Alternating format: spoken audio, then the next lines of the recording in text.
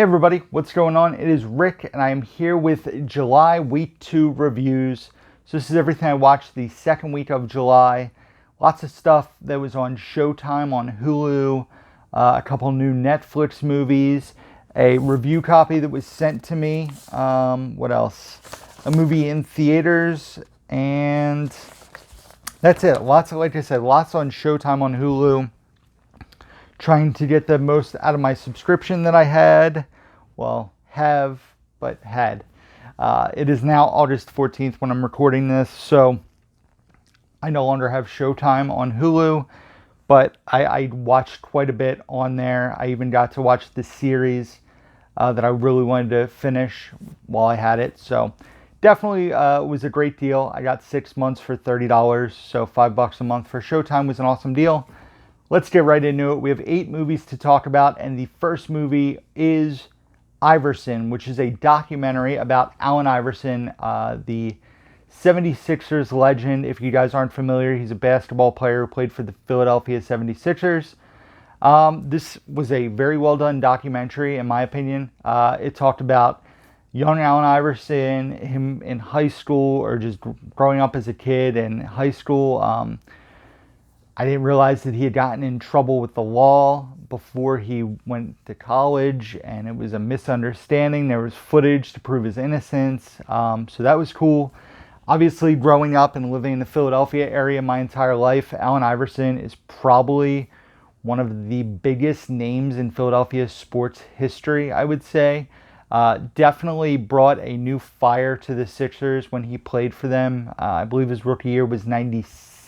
If I'm not mistaken, 96-97 season. So the Sixers became one of the hottest tickets in the country. People were coming from all over to watch Iverson play live. Probably the First Union Center at the time was sold out all the time. Wachovia Center, maybe. Probably First Union, because it was when that first opened. But he was an incredibly talented player, but he was also a very divisive person. Lots of problems off the court. Like I said, date back to his high school days, and talked about how he's a cultural icon. His sneakers, the Question, became very popular for Reebok. His effect on hip hop culture in the NBA, having tattoos, cornrows, everything that he kind of changed about the NBA. You know, instead of wearing suits, he was wearing t-shirts and big flashy jewelry, and was all tatted up. But that wasn't the case when he first came into the NBA, which was funny, seeing young Iverson with no tattoos, and then seeing like he's totally tattooed now. He was at the Sixers playoff game I went to this year, and the place was electric when he came out chanting MVP. Just awesome. He's a beloved figure in Philadelphia sports history. Like I said, he got to end his career in Philadelphia because he was with Philadelphia for a while, and then ended up doing being with 3 different teams in a 4-year period. Came back to Philly, and then I believe his daughter had some health issues, which they don't talk about in the movie, and he basically decided to retire from basketball. But he'll forever be a legend in Philadelphia sports history. Like I said, a very fascinating documentary. I highly recommend it if you're into sports documentaries. It's called Iverson. I saw it on Showtime on Hulu. I give it a 4 out of 5. Just very well done. Next thing I watched was Reality Bites, which stars Ben Stiller and I want to say Winona Ryder. Ben Stiller. Winona Ryder? Yeah, I'm going to say Winona Ryder and Ethan Hawke. So I went into this movie thinking it was a first-time watch for me, and I realized about 20 or 30 minutes into the movie, I had seen the movie before at some point in time. I don't necessarily recall when, but had seen it and definitely was reminded of it later on in the movie with certain plot devices. So the movie has a outstanding soundtrack. The soundtrack to the film is fantastic. The movie also tackles a lot of like deep issues, dark issues in a way. The film is from the mid-90s, And it was interesting because while it's tackling like promiscuity and the AIDS epidemic, the movie doesn't have any nudity. There's no profanity, honestly, in the film. And it's still a very real look at those topics without needing that kind of stuff, which I thought was kind of interesting.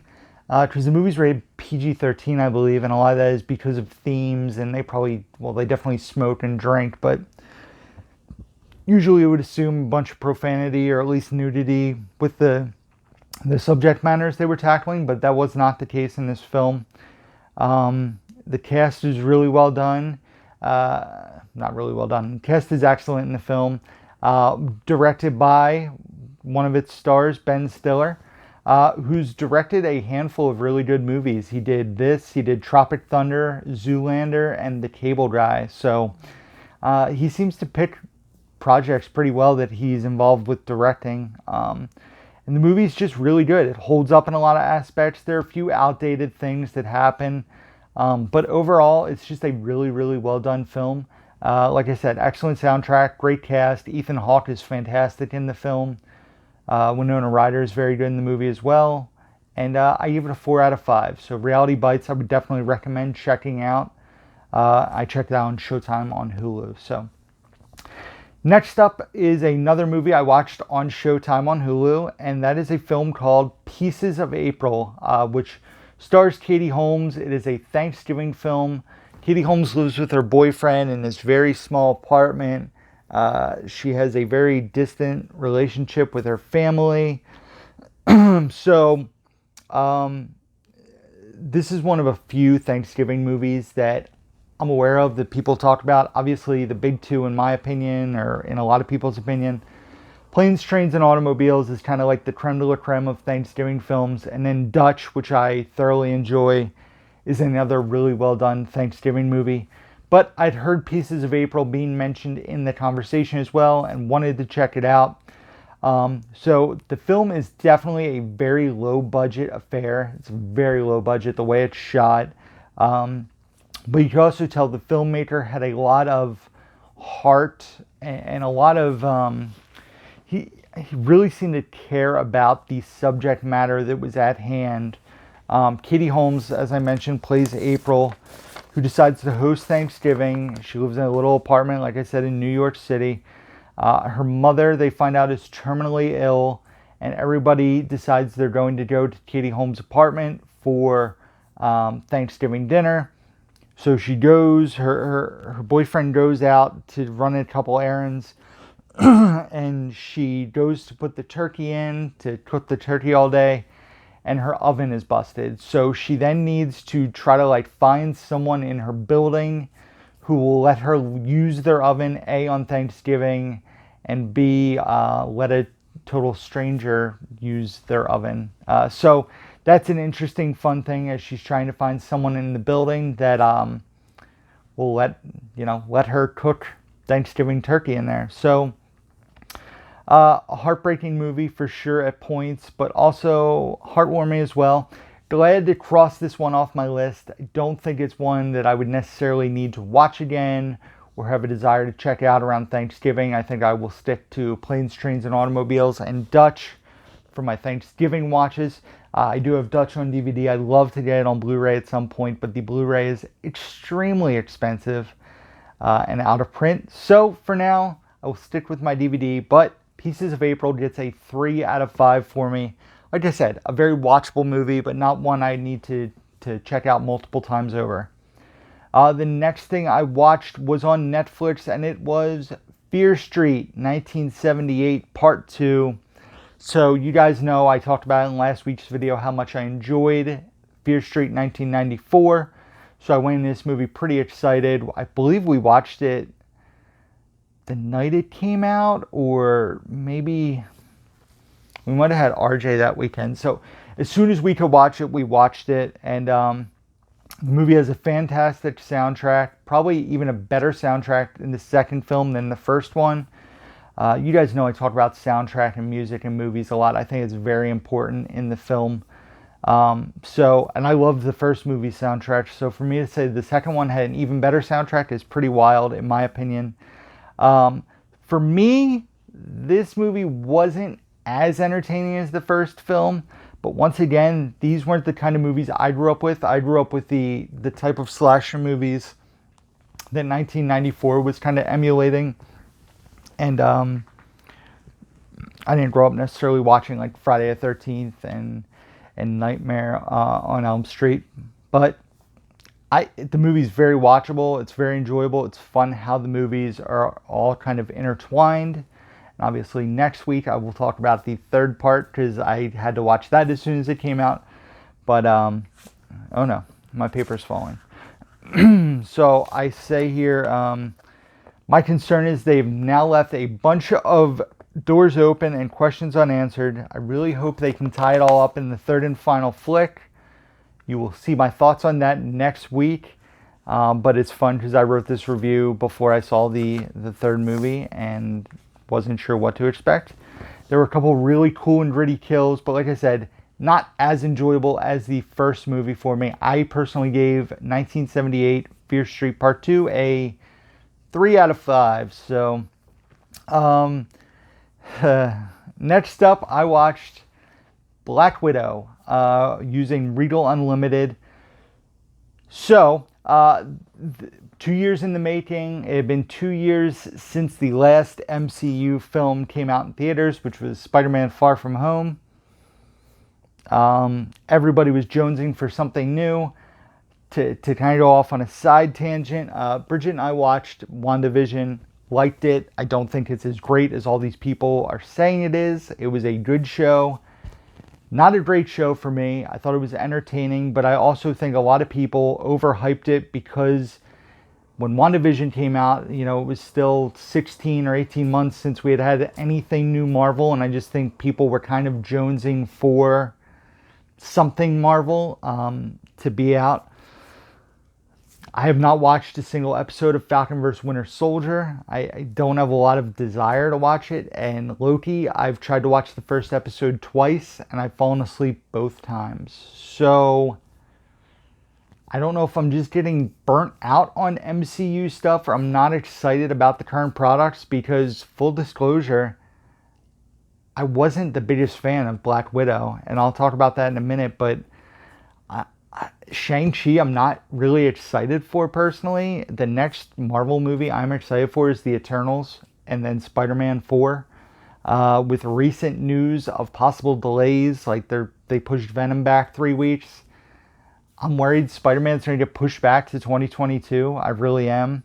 And then DC comes. I'm getting way ahead of myself. DC comes out with the Suicide Squad, which you'll hear my thoughts on in a few weeks, but I mean, I loved it. Spoiler alert. So yeah, Black Widow. So I wasn't super excited about this movie. I was more excited about the idea of an MCU movie being available, a new MCU movie. The movie is decent, not fantastic in my opinion. The star and highlight of the film is Florence Pugh, who plays Natasha's sister. I'll leave it at that. She has the best lines in the movie. She's the most entertaining part of the film. David Harbour's okay in the movie, but like I said, the second act of this movie, I definitely found myself struggling to stay awake in movie theaters, and I saw it during the day. So I think part of me is getting sick of the MCU movie formula.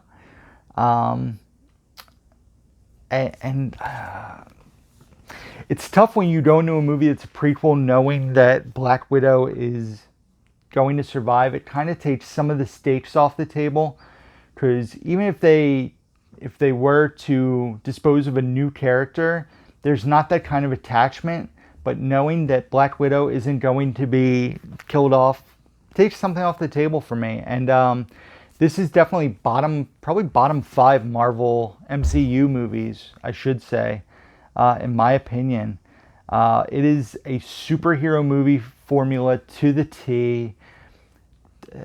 Florence Pugh makes fun of her sister for the superhero landing and pose, calls her a poser, probably one of the better parts of the movie. And the movie just doesn't offer anything new. It is just by the numbers, in my opinion. So, I'm hoping Shang-Chi, because I don't really know any of the background story, will impress me, because I'm going in with incredibly low expectations. I'm not very excited about Shang-Chi, honestly. There's lots of other stuff that I'm much more excited about personally. Maybe it'll blow my mind and be something unexpected, but Black Widow gets a 3 out of 5 for me, and I really think I'm being nice. I was really going to give it a 2.5 because it's very mediocre in my opinion. And it's definitely, like I said, bottom 5 Marvel movies, hands down. So, next up, a movie I was really excited to check out that was sent over to me from Warner Brothers Home Entertainment to review, and that is Guy Ritchie's film, Wrath of Man. I can't tell if that's blurry or not. So Wrath of Man, which, like I said, I jumped on the Guy Ritchie train big time last year when I saw The Gentleman, one of my favorite films of the year, and was excited when I saw the trailer for this. Heard Jason Statham was the star of it. I enjoy Jason Statham as an action lead. This is a very fun action heist film. I now need to prioritize watching the Guy Ritchie movies I have not seen. Rock'n'Rolla, Lock, Stock, and Two Smoking Barrels, The Man from U.N.C.L.E., there's a few others. We don't talk about Aladdin here. So Jason Statham stars as H in this film, gets a job working for an armored truck company, and there was recently armored truck robberies, there were multiple murders. So the way this film's shot, there's like twists and turns, but there's also time things that get done, told in different parts, and just a super entertaining movie. The beginning bothered me a bit, but later in the movie, the beginning kind of has a payoff, so I can appreciate the way the movie opened a lot more. There was some cringeworthy stuff with like the workplace, the security company workplace.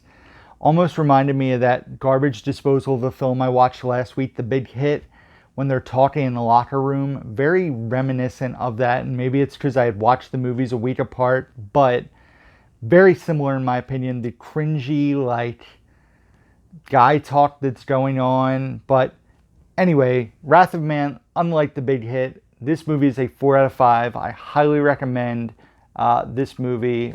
Who else stars in it? You have Jeffrey Donovan, Josh Hartnett, Eddie Marsan, Scott Eastwood. So I recommend checking this out. Wrath of Man, I thought was very well done. Definitely making the shelf, and I could see myself revisiting it in the future. The next thing I watched was Under the Silver Lake on Showtime on Hulu. And I knew going into this movie it was going to be incredibly weird. First off, it's an A24 movie, so it's a roll of the dice. Plus, I just heard it's a very bizarre film. Lots of word of mouth that said it was very weird. It has been on my to-watch list for years now. Since it came out, I wanted to see it. I thought the trailer looked very good. Andrew Garfield in the lead role. Riley Keough is in it. And then there was lots of familiar faces that had very minor roles in the film.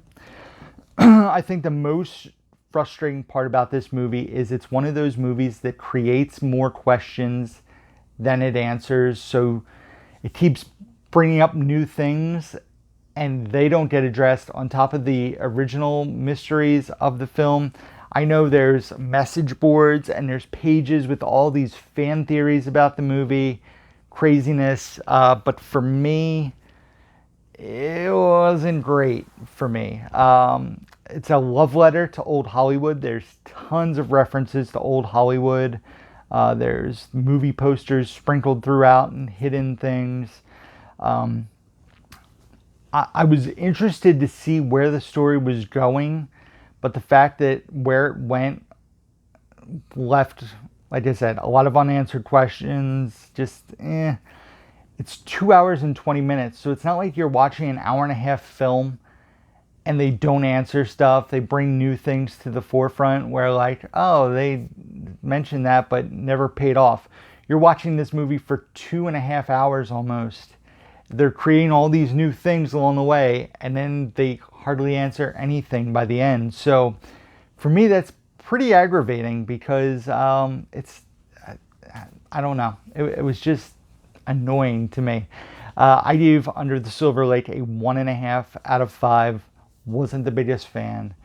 And then the last movie, I believe, yes, the last movie we're going to talk about is Gunpowder Milkshake, which I was excited about when I heard it described as a cross between Kill Bill and Baby Driver. So I love both those movies, as you know. This movie was an incredibly fun one to watch. A great female cast that featured Karen Gillan, Lena Headey, Michelle Yeoh, Chloe Coleman, who's the little girl from My Spy, Carla Gugino. I think I'm frozen. Gugino, I believe is how you... Gugino? It's one of those. It's Gugino. The movie's gory and violent and just a lot of fun overall. There's lots of fun kills in the film.